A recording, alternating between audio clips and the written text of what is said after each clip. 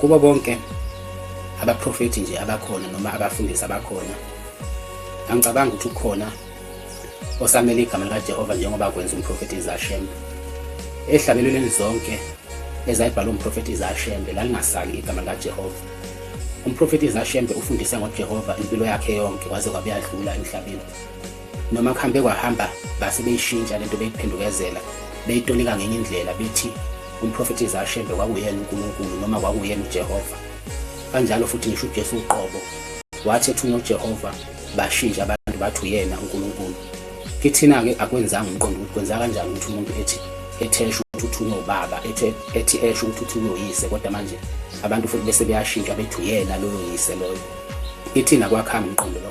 Yingakho kuhambe kwahamba noma sekushintsha inkolo isishintsha, bona laba babethunyiwe sekubizwa bona ngoNkulunkulu, kodwa thina asikudlukanga, thina sasala ekuthini umprofeti Izashembe wayethunywa uJehova, futhi sisamile ekuthini uJesu wayethunywa uJehova.